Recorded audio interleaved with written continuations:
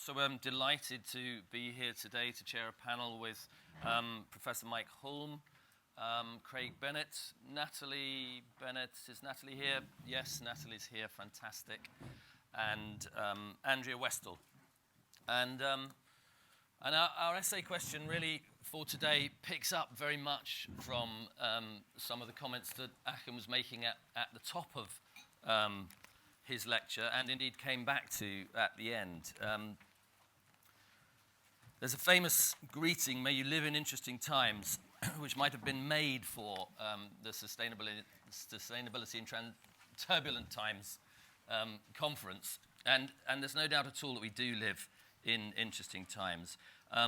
Achim mentioned the triumph of the Paris Agreement barely 15, 16 months ago in terms of political negotiation. And he also talked about the challenge of a 1.5 degree target and the opportunities of that 1.5 degree target. It was an extraordinary thing to happen in Paris, that we came out of Paris with an aspiration to reach a target of 1.5 degrees that I think very few of the politicians actually thought or had any idea of the implications of that target, both in terms of opportunities but also in terms of challenges, because the challenge is quite extraordinary. If you do the math of the global carbon budget, you find we've got about 240 billion tons of carbon dioxide that we can afford to put into the atmosphere to remain beneath that 1.5 degree target. And we're burning carbon dioxide at the rate of around 40 billion tons. 40 tons would be great. 40 billion tons of carbon dioxide per year. So do the math, it's around about 6 years left of carbon to put into the atmosphere. It speaks of an extraordinary transformation, and the ambition of Paris very much put that transformation, the vision of that transformation on the table. It brought political consensus around it, and it galvanized in part the sorts of transformations in the finance sector and the policy shifts in China that Achim was talking about. Move the camera on 15, 16 months, and we've seen some extraordinary changes in the political climate. Let me start then with you, Mike. Has what's happened in those intervening 15, 16 months made the job harder, easier? Are we in the same difficult politics that we were before? And where does it leave negotiations in relation to climate change? I'm not sure it has made it any harder, because the challenges that were identified in Paris were hard enough already. You alluded to some of those.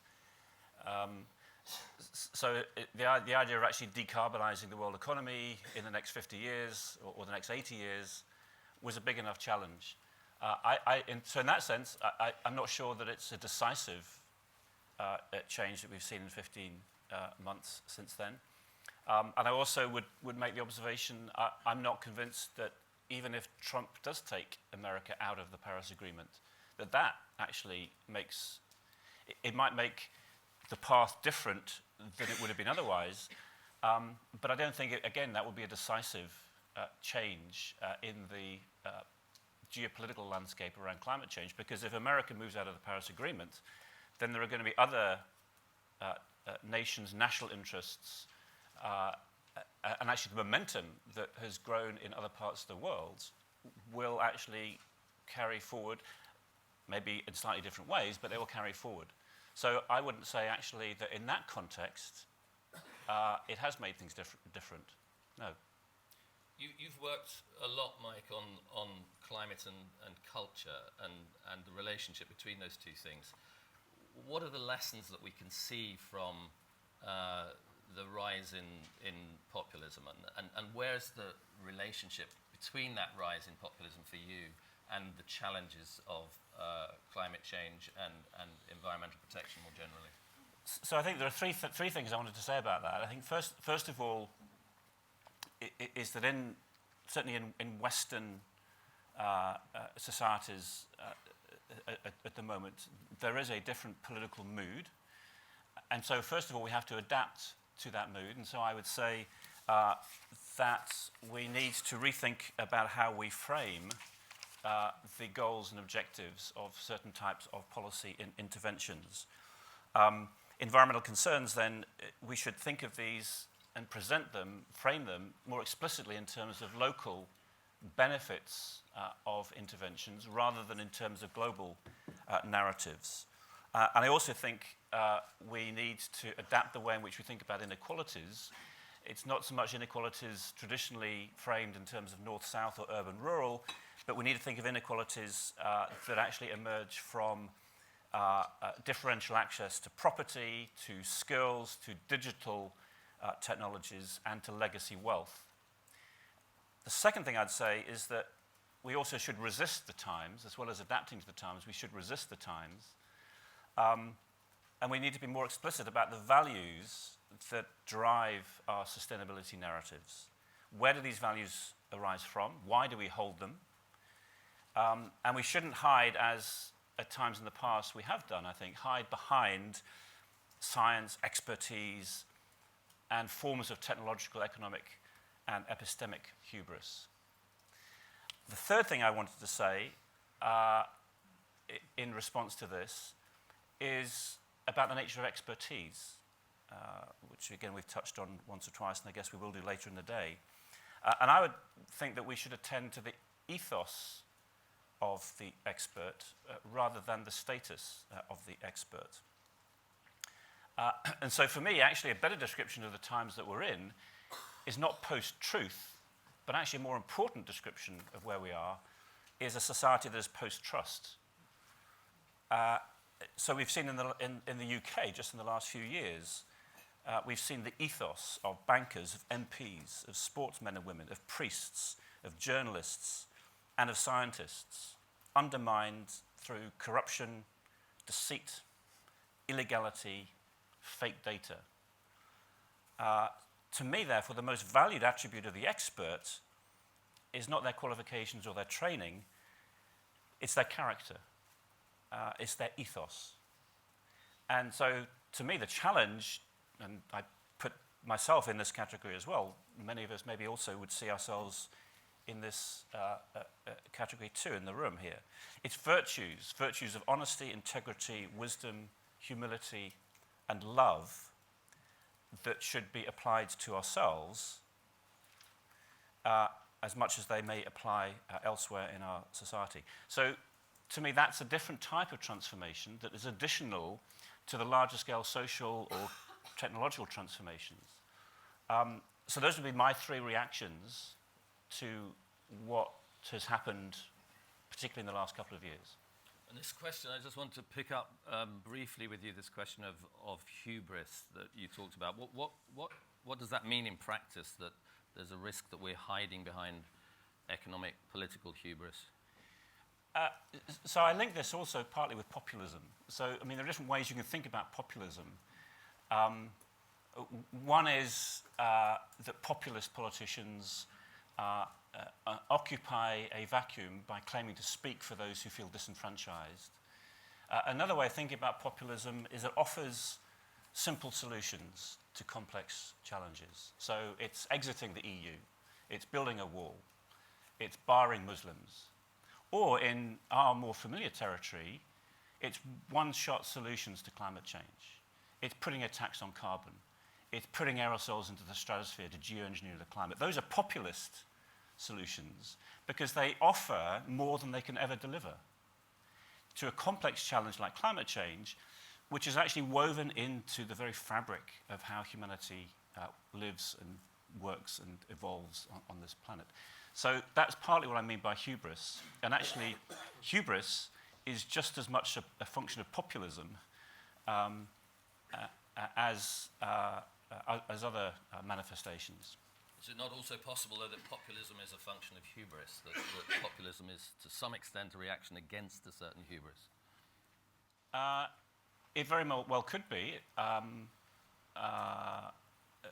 That may have been offered in the name of a certain form of liberal progressiveness that actually claims that the proceeds of wealth will trickle down to all. And actually all have not seen the proceeds of wealth. And that itself is a hubristic claim that comes out of a particular economic paradigm. And we recognize this in other parts of the world, and actually here in the UK and in the US, we're seeing it come home to roost in our own communities, where these proceeds do not trickle down. So that is a reaction to that form of hubris. Natalie, Achim told us that politicians are followers, not leaders, and to some extent that we shouldn't look to politicians to lead. You were leader of the Green Party for some years, and the Green Party has obviously been one of the strongest advocates for the complexity of environmental protection, of climate change, but also for social justice. Mm-hmm. Is what's happened in the last 15 to 18 months, is it a failure of that visionary politics that the Green Party stood for? No, I think there's a couple of things to say. First of all, I think as Achim referred to, we are operating often very much in a perspective that's a very Anglo-English language perspective. And one of the things that recently up in Sheffield, I gave a response to a Professor, Joseph Brennan, who's written a book against democracy. And I may have been quite harsh, I think, in my reaction to his book, because he basically said, democracy's failed because just look at the US and maybe America and maybe the UK. And on that evidence, he entirely said that democracy is a failure and we should give up on the idea. So I think one of the things to look at, I was just thinking today as I was listening to Achim, some of the greenest societies, some of the most equal societies in the world we have are actually the most democratic societies, broadly speaking, the Scandinavian societies. But in terms of leadership, I think what's failed is a model of leadership, which is the populist model of leadership, which is relying on one person, one character. Now, I've got a couple of sayings that I think sum up my reaction to this, which is one is that politics should be something you do, not have done to you. Now, some of the leaders in our society at the moment are the people who, this very day, as we're sitting here in this rather nice room in London, are on what's probably a windswept, although it'd be quite nice, roadside up in Lancashire, opposing fracking. They're people who are leading in this society, they're democratically representing their society, they're doing politics. And I think also, another saying I have is in the Green Party, everybody is a leader. Anybody who steps forward and calls for and leads change. So I think we have to really redefine the word leader and see that everybody can be and should be a leader. And in terms of the context of today, there's one more key thing, a message that we really have to get across, that we've failed to up to now, although it's starting to shift, is there's been a traditional narrative that said green means giving things up. And the key thing we have to do to change the narrative is change that around to say green doesn't mean giving things up, it means gaining things. And behind that is the understanding that we've created a society where we've trashed the planet and created in most of the world a pretty miserable society, pretty miserable places. In changing from stopping trashing the planet, we can also build better worlds. And if I just pick one figure that I use from the British example, is the fact that in Britain the rate of depression among the under-16s has doubled in the past decade. And underlying that, why is that happening? There's all sorts of reasons behind that, but I think one of the key words we've got to come back to and we've got to focus on is the idea of security. And I think it's interesting we got into a discussion about the military in the first session. We've really got to capture that word security back from a different kind of politics and say it's we as small g Greens who can offer people security, and security is what people really want, a freedom from fear. Because at the moment we're living in a fearful society. People are full of fear. That's clearly an insight, a psychological insight, which you can take a long way actually in understanding what's happening both in populism and in responses to environmental change, and indeed in the roots of consumerism itself. But can I just pick up the point in relation to politics and politicians? Are you arguing that the place of conventional politics is no longer useful, or no longer sufficient at least, to address the complexity of the issues that we're looking at? Not necessarily, because what we've got to do, certainly in both the British and the US context, and I'd say this also in Australian context, no doubt many other countries that I don't know a great deal about, is that what we actually have to do, and this is one place where the Leave campaigners and the Brexit campaign were right, they were saying we need to take back control. And what we need is actually more politics. We need an actual democracy. If we come to Britain, we have a government that has the support of 24% of eligible voters. If we look at the US election result, it wasn't the winner of the popular vote who became president. So what we have are failed systems that don't actually deliver a working politics. In Britain, our last reform across the road over there was the last significant change in Westminster was women getting the vote. And that was 1918. So we've really been stuck in failed 19th century systems. Achim referred to we're trying to provide 19th century policy solutions. We're also trying to govern with 19th century systems in a lot of the world, and they're utterly failing. Whereas by contrast, I've got to mention the Dutch election, because we've all become experts on the Dutch politics in the last few days. But I retweeted a tweet last night. 30% of the votes went to parties that really take climate change seriously. And that's, in a reasonably responsive, working political system. So should we not see populism, to some extent at least, as a potential ally? I mean, there was a populism on the left, for example, and in particular as a resistance to what happened in the financial crisis and the injustice that followed that and that led to that. And that was played out through Los Indignados in Spain and through Occupy in numerous places and through Momentum in the UK. There was a populism there that looked for one sort of small moment of political history as though it was going to change the electoral landscape and change the power of democracy. Is that still a hope, do you think? I think I'd draw a line between populism and being popular. And I think Mike made a really important point about this, is that we've got to speak to people in ways they understand. And traditionally we haven't done that. And if we think about the Green movement, we've got to not be technical when we're speaking, and we've got to explain how it relates to people's lives. So the thing is, I think we can recognise the supporters of populism. I mean, I had a chat to up in Darlington, a very poor area in the northern England, a landlady in the B&B, and she just voted Leave, and she was very passionate about it. And I said, what can we find that we agree on? And we agreed that multinational companies should pay their taxes. We agreed that we shouldn't close the local A&E, that we shouldn't privatise the NHS. So what we have to do is build bridges across. One of the things that gets me really annoyed is people who suggest that those backing the popularists are somehow dumb or stupid. And that's a really dangerous attitude. Really, we want to be popular, we want to embrace those people, find the huge amounts of things we have in common with them. Let's not build a wall. We can all agree that building walls are generally a bad idea. Let's not build a wall and say, oh, those terrible popularists over there. Let's aim to be popular to them and our own people as well. That is, if you like, a sort of form of environmentalist hubris that we should avoid at all costs. Craig Bennett, if politicians have been followers and lacked a sense of leadership, the same couldn't really be said of NGOs generally, in particular environmental NGOs, who for decades really have been talking about ecological limits, have been putting social justice at the heart of those arguments, and have been campaigning for change. And must also do that on the back of membership, in other words, of a popular support for the kinds of work that you're doing. How has the climate that we're looking at now changed the way that you think inside Friends of the Earth?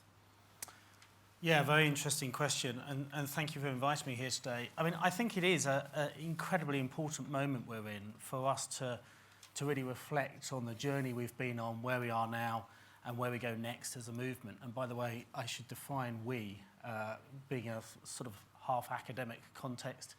By we, I mean not just Friends of the Earth, I mean the whole of us in this sustainability community, in business, in academic institutions and so on, and environmental NGOs.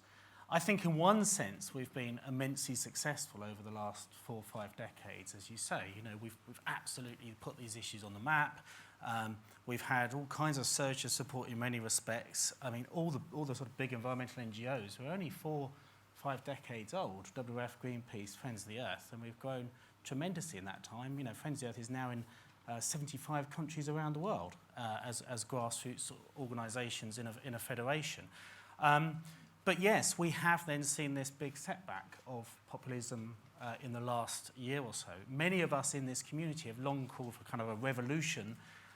Unfortunately, we kind of got one, but it was not doing the things that we were wanting. And we have to kind of really reflect on why that's happened and need to understand why that's occurred. You're absolutely right to say, Tim, that ourselves as Friends of the Earth, you as well, and many other people in this room, I think we're warning 15, 20 years ago that globalization, and specifically neoliberal globalization, was going to end badly. That clearly it was leading to greater inequality between rich and poor, that the poorest in society weren't benefiting for the trickle-down, and also, of course, it was a model of globalization that was not happening within environmental limits. I think what was unfortunate 15, 20 years ago is we then got branded, any of us questioning neoliberalization, got questioned as anti-globalization. And I think we found it quite hard to articulate a much more positive vision of an alternative form of globalization, a form of globalization that was about promoting equity, fairness within environmental limits. We struggled to do that. Similarly, I think we all collectively failed to, if you like, make use of the financial crisis. I mean, there were many attempts, again, you, Tim, and plenty of others, but collectively as a movement, we failed to come forward with the real popular, positive solutions to the financial crisis. And I find myself also reflecting, we talked a lot about language. 15, 20 years ago at Friends of the Earth, we were campaigning passionately for onshore wind farms in this country. I'm taking one tiny example here, but it's a good one. Campaigning passionately for onshore wind farms. And let's be clear, we were 100% right to do so, because history has showed onshore wind is the cheapest form of electricity production now in the UK. Not just the cheapest form of low-carbon electricity production, but the cheapest form.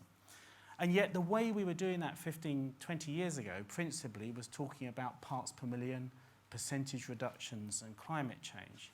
And if I could have our time again now, if only we put much more effort 15, 20 years ago to talk about community energy, to give individuals and communities a sense of agency and ownership as part of that solution of wind farms, rather than trying to justify it by talking about parts per million, maybe we wouldn't have seen some of the opposition that grew against wind turbines.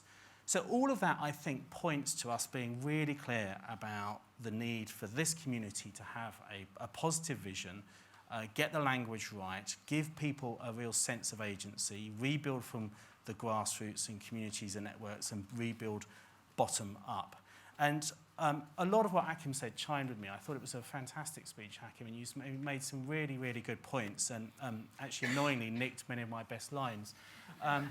But I often sort of say, a way to think about this, there is an awful lot we learn through the history of change and how it's happened. And I'll give you an image that I think is really relevant to these times. If you look at the history of campaigning, if you look at any big social change that's happened in history, like the abolition of slavery or campaigning for universal women's suffrage, we often like to think that happened because some people woke up one morning and said, let's campaign for it. And of course that was very important. But actually what you got is a surge of support for these big social change. And then just as they were doing really well, you got a setback. And that's when people campaigned against abolition and used exactly the same arguments that climate skeptics use now, or harm competitiveness and so on. We can't stop the fact that change occurs in those cycles. It never happens in a nice, happy, kind of linear way. And so actually, perhaps what we're going through at the moment is just one of those things. Change happens in waves. We can't stop that. And it's much more akin to kind of waves coming in on a beach and going out again. That's just the cycle of change. Our job as campaigners cannot be to resist those waves. Our job as campaigners is to make sure each time a wave comes in, it goes higher up the beach, and each time it goes out, it doesn't go out quite as far as before, and that we've got a tide behind it, and finally we reach the high water mark of change. So in that context, this challenge we've faced over the last year, yes, the implications in the short term are bad, but if actually we use it to regroup, re-strengthen ourselves, repurpose, learn from things we've not done quite right in the past, and build this movement to be stronger and more inclusive and reach out to people better than we've ever done before, then we're ready to make sure the next wave goes much higher than before. That's a wonderful positive vision, and as both you and Achim have said, those positive visions really matter. But there seems to me to be one interesting feature of populist leadership, if that isn't an oxymoron, which is that it has appealed actually not necessarily to positive vision. It's actually not appealed necessarily to the idea of synergies. And a lot of what's come through the populist movements, a little on the left and the right actually, has been very forthright, almost abrasive in some cases, and not at all afraid to paint the darkness. Do you think that's a challenge for the way that you have to approach, as a campaigning organisation, you have to approach political popularity? Yes and no. I mean, people often say to me, oh, Friends of the Earth, I wish you were more sort of positive sometimes, offering a more positive vision and so on. And I think we put the vast bulk of our effort into trying to campaign for solutions, positive vision.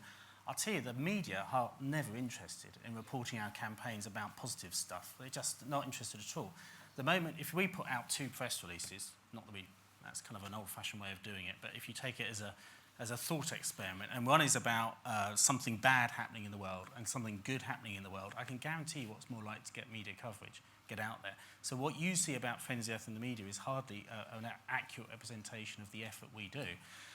But the truth is, as much as I think it's incredibly important for us to be offering the positive solutions, we still have to tell truth to power about what's wrong in the world. We still absolutely have to represent what's going on that's bad and unfair. Natalie has absolutely rightly highlighted this appalling situation in Lancashire at the moment, where local communities have said they don't want fracking. It happened at the local parish level, at the borough level. Lancashire County Council voted and said we don't want it. And then Westminster and Quadrilla colluded with its friends in Westminster and Whitehall to force this on communities in Lancashire that don't want it. And as Natalie says right up there today, as has been the case since the very start of January, there's communities staying on the street trying to stop it. Now, we are working with that community very closely, and that's a campaign that has to be a negative campaign. We've got a positive solution. We talk about renewables and so on, but we have to talk about how bad fracking is. The really shocking thing about that is how little that's been covered in the national media. And if it was happening in Surrey or Sussex, it would be all over the evening news. But it's just a bit too much effort for the London-based corporate media to go up to Lancashire because that might take a bit longer than going to Surrey or Sussex, and so it doesn't get covered. And the fracking industry are being absolutely smart on this, is knowing that if they can frack the desolate northwest first, as they would call it, that's the way to get fracking into this country. They tried in Surrey, Sussex. There was too much mobility in Balcombe. Of course, people stopped it and the media coveraged it. Now it's in northwest of England. Don't worry about it. And that's why people in the northwest of England voted leave. It was a big war in Brexit to say to London, just pay attention to us, you know. And we, as Friends of the Earth, have worked for years with communities that voted leave. You know, and why is that? It's because it's those communities that have also had incinerators forced on them, fracking forced on them, roads through their communities, and no one paying any attention. You know, we're working with communities now, 2 communities, one in Wales, one in the northeast of England, poor communities, both who are being told they've got to have open cast coal mines in their neighbourhood. This is 2017. Why on earth are we even having to fight battles to stop brand new open cast coal mines in Britain? This is ludicrous. So you have to fight the bad stuff, but you also and you have to talk about that. And so, yes, you can tap into the fears, if you like, but you have to also have the real positive visions and take people on that journey. Great, thanks, Craig. Just a very quick question off the back of that. Has your membership changed to reflect that lack of decision-making power, that lack of control, that lack of privilege in certain demographics? I'd love to say it has, Tim, but I'd be lying. But we absolutely have a clear strategy to try and address that. So the thing that might surprise a lot of you here today is to know that nowadays the way Friends of the Earth, the way we work, is I'd say we're pretty sophisticated, although I want us to get a lot more sophisticated, about how we segment the population and how we reach out to people. So whenever people say, functions like this, I'm going to say it now because otherwise it will come up in questions, don't you think the public should think this, or public think that, or don't you use this messaging on? I'd say all of the above are true, but you have to segment the population. You know, there's no public out there. So we have a very sophisticated audience strategy. It's 4 years old now, so it means we've got to update it later this year. We have our view of the British population. We segment it into curiously named audience segments, as most companies do and organisations do. We have one called generalist environmentalists, which is about 5 million people in this country, and we know that they're really interested in the detail. They love the techie stuff. You know, they love the techie language and the detailed stuff and talking about, put it into the bigger context of climate change, and they like to hear about international stories and so on. Then we have another segment, which are passionate engagers. They want to really get out, do their, a little bit younger and so on. They want to get out there and do something, and they want positive campaigns and all that kind of stuff. And then we have some other segments as well. So if you look at our major campaigns at the moment, our campaign on leaving fossil fuels in the ground, of which fracking is part, is aimed at one of those segments. Our campaign on bees has a very different feel and tone and colours to it. It's aimed at a different segment. Our campaign on clean air is aimed at a different segment again. And that's the way we grow this movement. Otherwise, we just keep preaching to the converted. Great. Thank you very much. Before I come to you, Andrew, Natalie, you just wanted to come in very quickly on... Very briefly on the fear versus hope point. I think there's a reason why fear really works for the populists, for the other side, because their basic message is there's not enough resources in the world, there's not enough for everybody, we've got to keep it for us and take it off them over there. That's the underlying message. Whereas our message as environmentalists is and should be, there's enough resources in the world for everyone to have a decent life. And that's the hopeful message we're offering. And that's the inclusive democratic message. Their message is naturally fear. Ours should naturally be hope. Thank you, Natalie. Nonetheless, and it's true of all our work here and everything that's really represented today, what we're looking at is a very complex set of issues about entitlements, about environmental limits, about the science of those limits, about the technological responses to those limits. And we're trying to do that in the face of a change in the landscape of politics. It would seem almost a change in the operation of democracy. Andrea, you're from the Foundation for Democracy and Sustainable Development. Are we looking today at a profound change, a profound challenge to democracy itself? Are we looking at failures of democracy, or are we looking at a place where we could transform that democracy into something different? Thanks, Tim. I was really worried, actually, what the question was going to be at the end of this after all of that. But I just want to say I come from my hometown is right next to where all the fracking is going on at the moment, or will go on. And I think Craig's absolutely right. But what's really, really important there is it really is, when you go there, you feel like it's a place which does feel as though you are being left behind. They've taken away the branch line, actually, from Preston to there. You can't even get there anymore. And it's because of that lack of opportunity. And then somebody kicks you after you voted to say, hey, come on, listen to us, and then actually turns around the decision that was made at that level. So I think this is about democracy, very much starting I think, to fail and not represent and not hear all of that. Now, you know, Tim's right. What does that mean for how democracy is starting to think about this and why it needs to change? And I think, you know, some of the populist responses, I mean, it is right. The right-wing response, in a way, kind of closes down to that kind of nation model of democracy. Some of the left-wing populism is actually about opening it up. I mean, some of the really interesting experiments that some of the different parties, for example, Podemos and others, have looked at how you really engage people using all different techniques is part of that. And if you go back in a way to the essay question of what this was about, they really are ones who are trying to address some of this inequality, democracy, etc.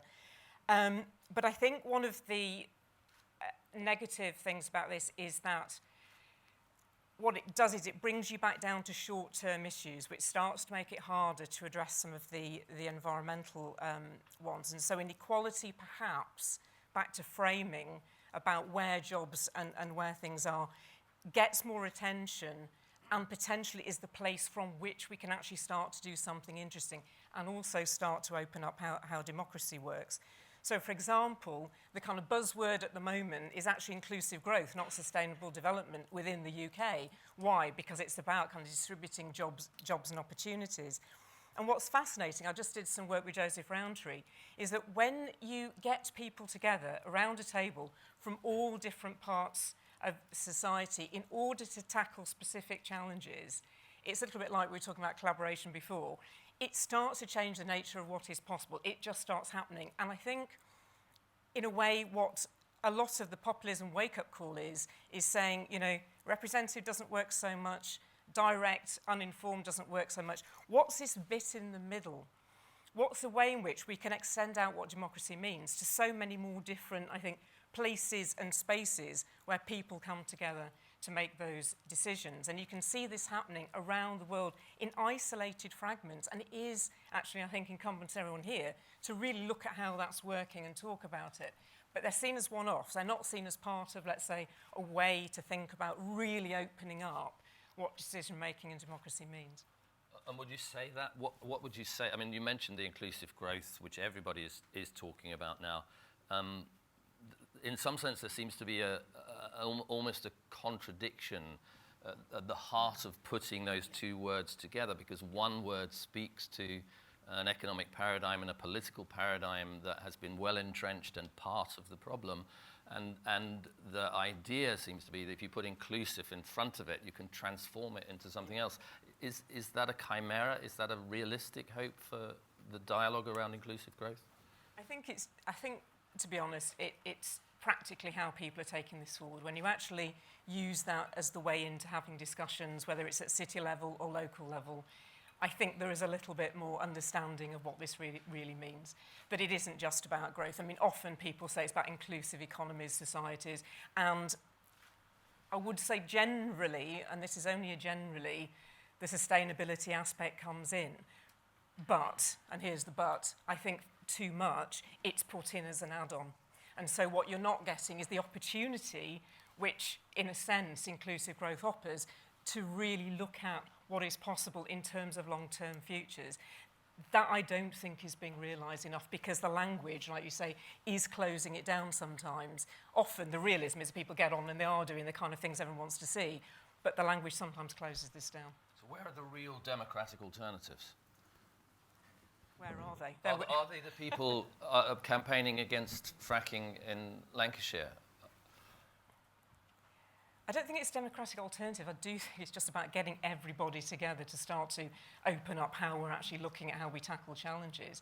Yes, I mean, if you were to take the example in Lancashire, I think what was, for me, interesting about that was the way in which there was an attempt by the councillors there to really, really engage with everybody about what was needed and how one might think about this and what that final solution was. And I think it was unbelievably difficult, given the way in which our politics is structured at the moment. I don't think the information was there. I know a lot of information that was missed out of the discussions. I don't think that the spaces were created where people could come together collaboratively to work through some of these more complex things that we're looking at. It was very much on the let's consult with people individually, let's take all of that in. So I think some of the embryonic bits are there, but I think there is a way maybe to open up a bit more. Okay, very quick interventions from Mike and Natalie. James, is my job to finish on time or to ensure that we have an interesting conversation? Do I have any flexibility, Rose? A little bit. Okay, so we'll run a little bit into lunch, but I do want to give people a chance to talk from the audience and to ask questions. Mike, very quickly. Just wanted to pick up on Natalie's point about finding bridges between those who disagree. And this is actually at the very heart of what democracy actually should be about. And what we haven't mentioned so far is one of the other confrontations that we have, or obstacles that we have, which is the way in which now that we communicate with each other through digital technologies. Achim Steiner and many others have written about this, how like minds unite and divide. He's just got a new book out, #democracy, which pushes this argument a little bit further. And these spaces where you can actually encounter people who disagree with you and eyeball people face to face and have that disagreement and still come out at the end of it as human beings, we are losing those opportunities behind this veil of universal access to the global net. And I think this is also feeding into this changing mood, this changing atmosphere. I wrote my book, Why We Disagree About Climate Change, to try to make that point that we'll never make any progress at all on climate change unless we fully confront the reasons why we disagree with each other. Right. Certain 4 a.m. Twitter storms come to mind when you talk about that. Natalie. Just your question, Tim, about positive examples. One of the areas that I think we need to see is something much broader, and sometimes it's seen as narrow, is the whole movement to tackle food waste and to use food waste for good and to feed communities, particularly poor communities, from food waste. I think there's lots of interesting things happening there. And again, coming back to Achim's comments this morning, food security is an area that we desperately need to get on the agenda. And again, a really good example of an organisation that's looking really at system change much more is an organisation called the Kindling Trust in Manchester, which is really looking right through the whole food system and trying to develop a whole different food system, which is a big thing to take on. But there are great examples out there. The challenge is to go from that one little pilot project with a few really committed people getting together and scale them up onto a city scale or a nation scale and a global scale. Can I add another example to that, which I think is a really positive one? I was at the Budapest Water Summit in November, and there IISD were developing a kind of Nexus tool, a WEF tool, which provided lots of information in how you could actually start to make a water basin across different boundaries work for people, together with all the stakeholders there who were part of making and negotiating that way forward. Now, what was really important about how that was working was the role of the broker. Without that, it wouldn't have worked. And so what I was trying to say before is, like, in a way, it changes the nature of who and what kind of animates and catalyses those decisions. And ISD could do it because it was kind of part of their remit. But in order to really start to shift these systems and transitions, the way that the evidence base plus the stakeholders plus making something that I know Achim said actually negotiates and works for everyone is really important. But I don't think we're getting the skills there in order to be able to do that, or that role. Thank you, Andrew. Let's turn to the audience. And just 3 rules for questions, really.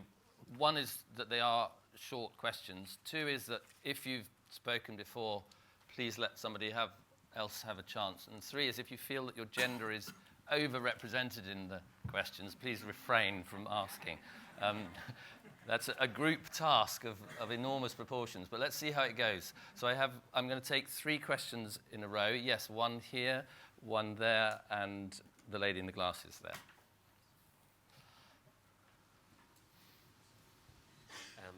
Hello, John Barry, Queen's University, Belfast. Assuming we think it's a good idea, could I ask each panel member to offer what would be one feature of a populist sustainability? Thanks, John.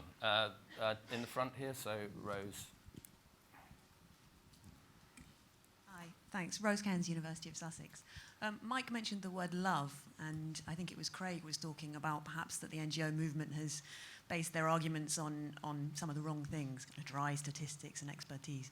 And it's a kind of general question about whether or not perhaps as a community we've been a little bit afraid of basing our arguments in values and in particular in emotion, perhaps trying to shore ourselves up as sounding like objective experts, and whether this has left this terrain open to the populism that we've seen in the last months. Thanks, Rose. And then the lady just behind you there, if you could pass the microphone, that would be great. Thanks.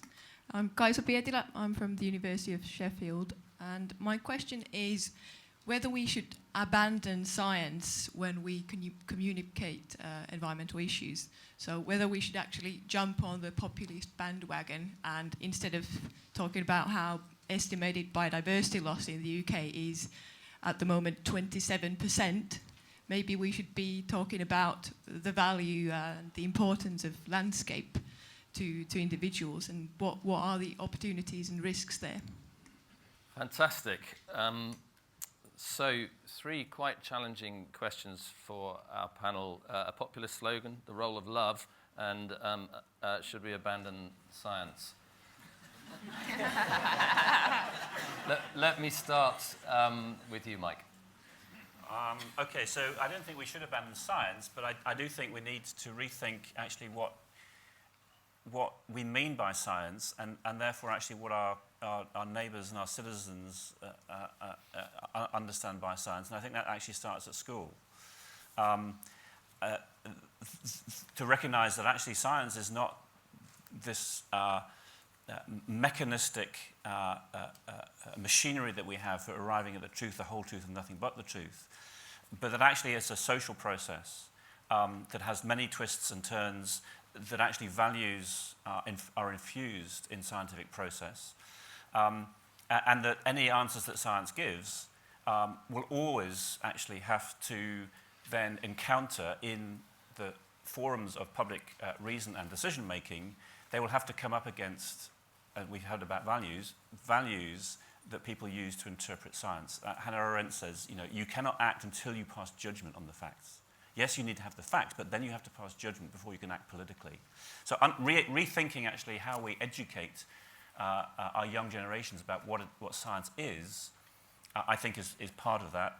And I think do I respond to the other two? You don't have to. Well, just on the love and emotion, and I think it's sort of partly, what is a popular sustainability? I would think it is this idea of how humans live in places.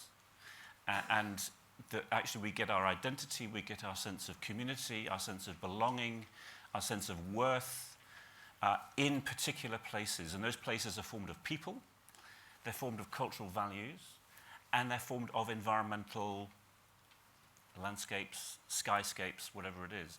And this is a long, long way away from the rhetoric of the 1980s, the 1990s of globalism, the global environmental movement. We need to move away from that type of language and reconnect actually with what humans find really matters to them, which is the sense of place, identity, belonging, and community. So very much speaks to the question about a populist slogan. Natalie, could you come up with a populist slogan? Well, it was, we were asked for one feature of a populist sustainability, and my one feature would be universal basic income, citizens' income. I said that I think security is one of the key issues we've got to address, and to get across the idea that nobody is going to be left with no money at all. That you've got that cushion at the bottom of society that means you don't land hard on the ground if you start sliding down the ladder. I think that is the key thing that we've got to get across, got to explain, got to present as a possibility of security. We've always said that human rights means access to food, water, shelter, the basics. Yet actually, increasingly in societies like Britain, we don't guarantee what should be those basic human rights. So I think that is one of the absolutely key policies. In terms of the question of love, it's really tough when you're talking practical politics. I don't feel like going on Question Time and saying what we need is more love. I think that might be quite tough, but I think the sentiment is absolutely right, and the word I would use instead is care. And what we need is a caring society. And I think if you look at the example at the moment, we've got a huge debate in Britain about social care. But the problem is we've had a very technocratic debate about, should we integrate it with the NHS, etc. There's been very little emotional debate about what does a caring society look like. And I think the word care is really the key one there. And the no science question, absolutely not. But what we have to do is boil down the science into something comprehensible and, more importantly, indeed, something that emotionally appeals to people. So I have got a particular appeal here to particularly scientists in the room, that if I've simplified something, please don't immediately leap in and say, yes, that's right, but it's a bit more complicated than that. And I'm thinking here not of a science example, but I was talking, as I did earlier, about 1918, that was when women got the vote. We're coming up to the centenary. This is a great chance to campaign for democracy in Britain. And someone who was an electoral reform campaigner utterly took me to task, would not take no for an answer, and said, that's not accurate because not all women got the vote in 1918, so you should include that in the statement. Please allow people to generalise. Don't, go, but that's not 100% accurate because you've got to have these exceptions as well. Give us a break. Right. Craig, you were making an appeal before, really. You wish if you had your time again, you would have rewritten some of those reports that I think I might have been writing for Friends of the Earth 20 years ago. What's the language that you'd use now? Well, let me start actually by answering the question about, well, should we abandon science or not? Because I think this is the best way around to tell this answer. I mean, of course, no, we shouldn't. Science and evidence has to be at the absolute foundation of the direction of where we go with this community and what we're trying to say in the world. But I agree very much is what Natalie's been saying, and I think both Natalie and I are experiencing the same post-traumatic stress disorder of being public speakers often and getting heckled by jargon lovies. It's amazing how many people in this movement are sort of sitting there listening to the kind of things Natalie and I say, playing jargon bingo, waiting for us to say keywords like ecosystem services or biodiversity or climate change or parts per million, are really unhappy, or just transition, are really unhappy when we don't say them, even though recognising that the vast majority of these people in this country haven't got a clue what they mean. So actually, it comes to that question about not being afraid of using values and emotions. I completely agree. That's what we have to do. And a lot of our work on campaigns now is looking at how we translate the science and evidence behind us and thinking, how do we reach out to a broader audience? So I'll let you into the story of what was behind our campaign on bees. The starting point for that was not bees. You might think, oh, we were worried about bees being in decline.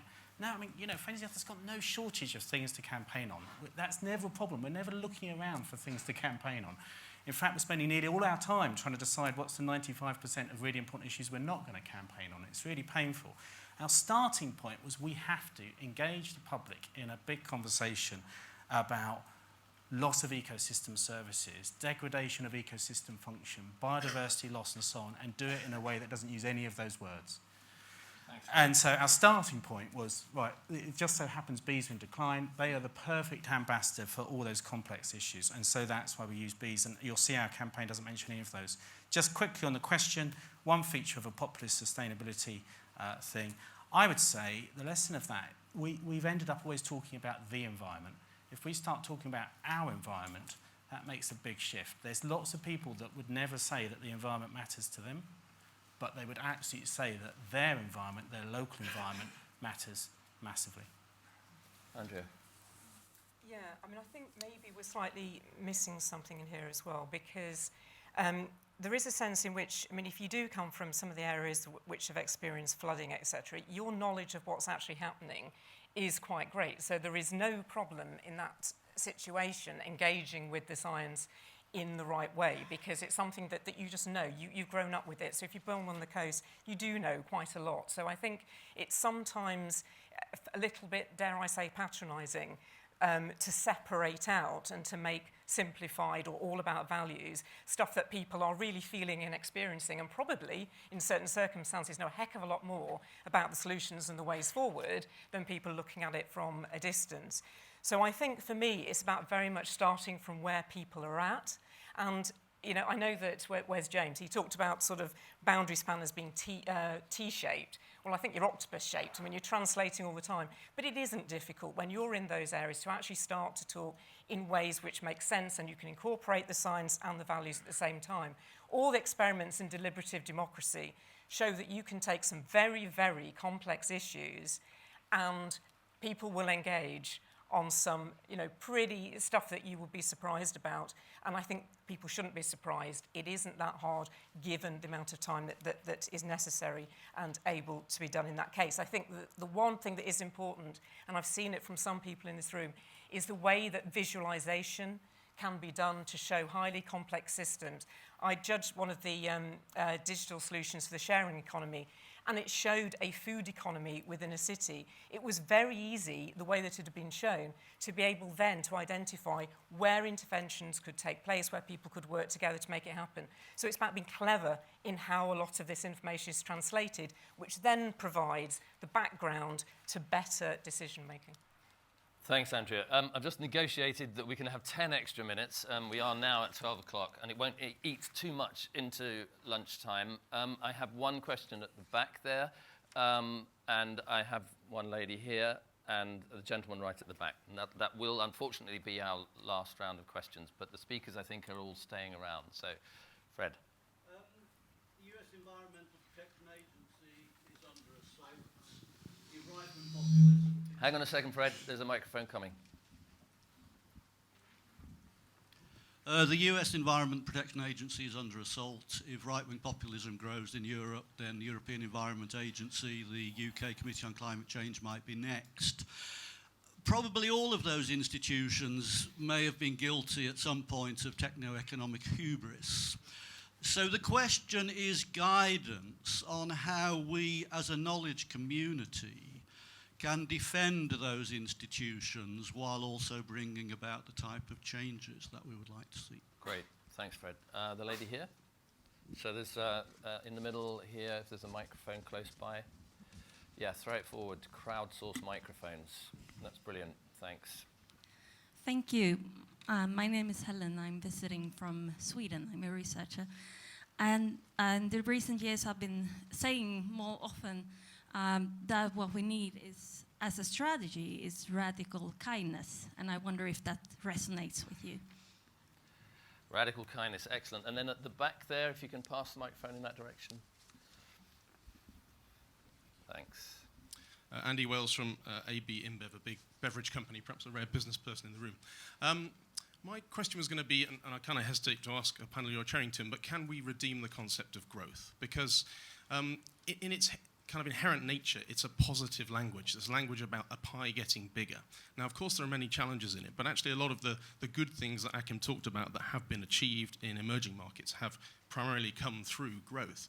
And so my question is, as a provocation, how could that be redeemed beyond perhaps the woolly concept of inclusive growth? And just a second kind of link to that is consumer brands. Now, many in the room may have a kind of philosophical challenge about the fact we live in a world where much of identity is constructed through consumer brands, but they are incredibly trusted things. And more we're seeing consumer brands that actually do want to stand for something that's progressive or just or right.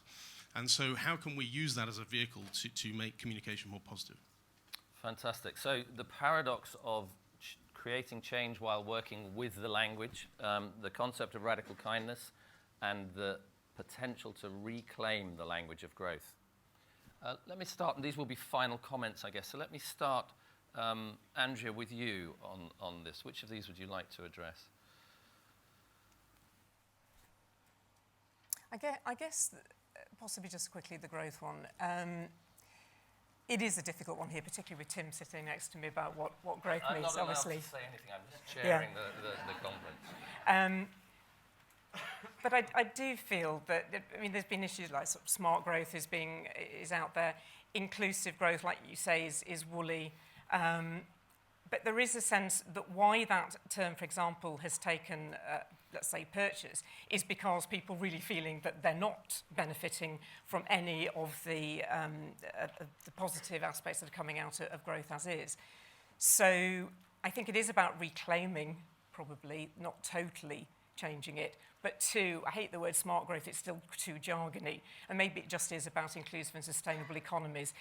As somebody, I think it was Tom Burke said, growth is only an epiphenomena of what happens when you do things right. So in some cases, it might end up with growth, it might not, but the point is creating resilient, inclusive societies where things are innovative, they're dynamic, they're changing, and they support people's lives. Great. On the last one first, Andy, I would say actually what we really need to do is reclaim the notion of progress. You know, it's still amazing how many people in society kind of think that the environment, protecting the environment, it's all very important, and yet isn't it a shame it gets in the way of progress, which is ludicrous, because I think all of us in this room, you know, my view is humanity's amazing, it's really clever, it invented the wheel, it discovered fire, we had the Industrial Revolution, which was all pretty amazing, all that stuff. But the next step in the progress of humanity surely has to be to learn to live fairly within environmental limits, or else there's no other option, I would suggest. So I think we have to say firmly and confidently, we're for progress, and that is the next stage of progress. And actually, that works better than, say, talking about concepts like sustainable development. What I would say also is on the technical reports and so on, much as I've said here, we need to move away from technical language. It all depends. Different institutions, different parts of this community have different jobs to do. It's absolutely the case that some institutions, academics, many other people, we need the technical stuff being done.